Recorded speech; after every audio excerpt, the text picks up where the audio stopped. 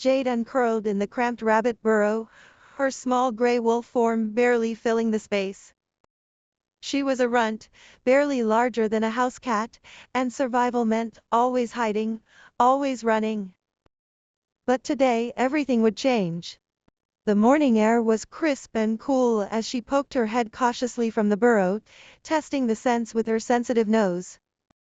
Satisfied she was alone, she shifted into her human form, just over 5 feet tall, slender and quick, with green eyes that had earned her name and brown hair pulled back in a practical braid. She was a rogue, a wolf without a pack, and life had been harsh since ferals wiped out her family when she was 12.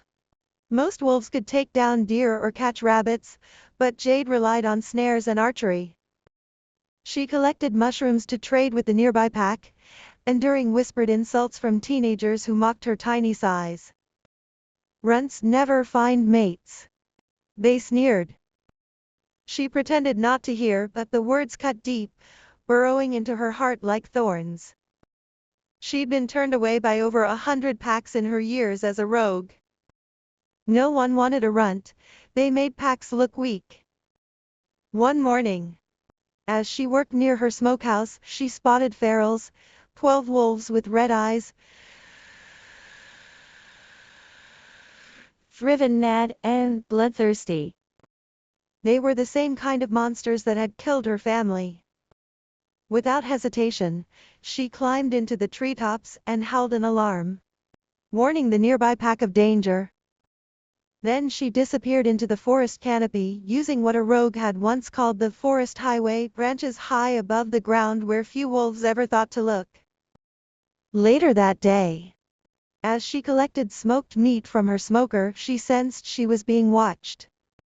4 wolves surrounded her, mistaking her tiny form for an orphaned pup. They chased her across no man's land, showing no mercy despite her desperate attempts to escape.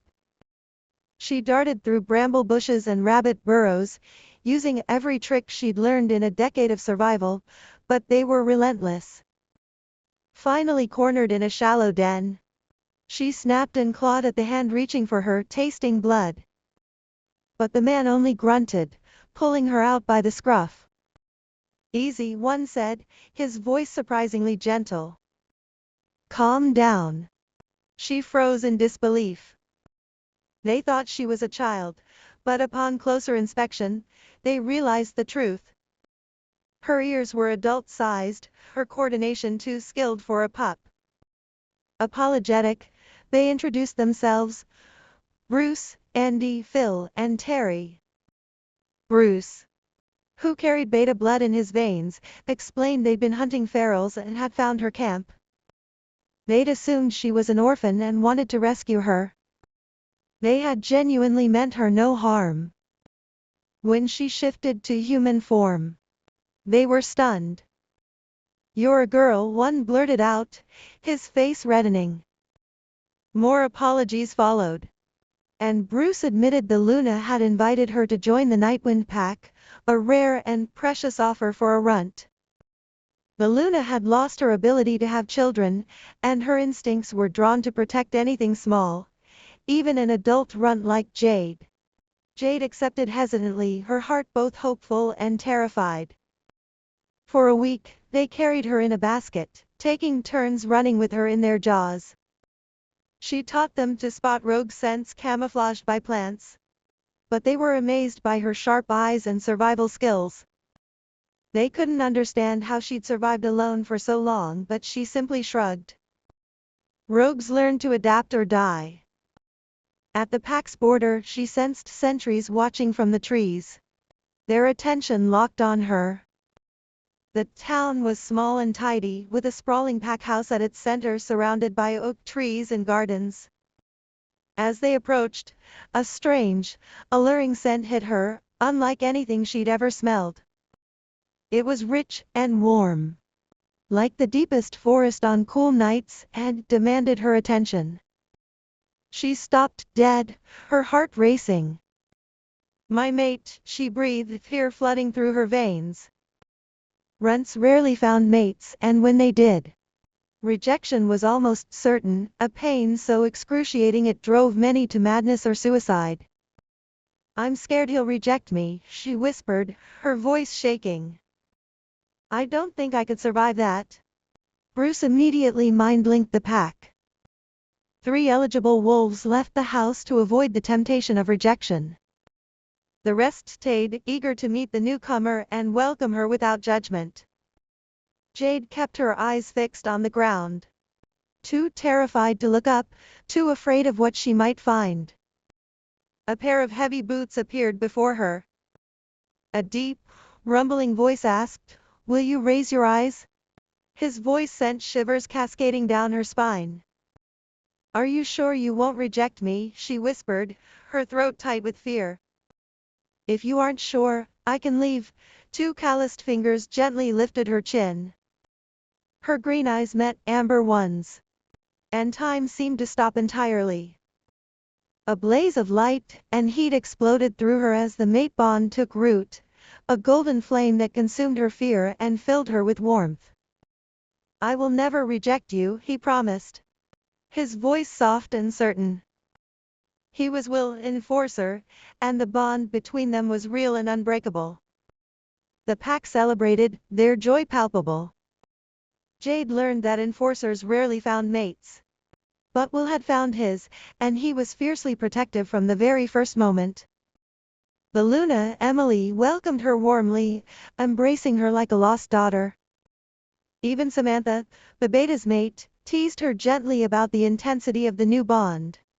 Will took Jade for a run through the forest, her small wolf form dwarfed by his enormous size, a wolf the size of a small horse compared to her cat-sized body. He carried her, washed her fur, and played gently despite their size difference. When a brown wolf snarled at her, Will's protective fury erupted in a thundering snarl, his hackles raised and his body positioned between her and danger. She calmed him with a gentle nuzzle, her touch soothing his rage. Later she found a black truffle hidden beneath a tree, a treasure she traded to the pack's cook for nothing, just goodwill.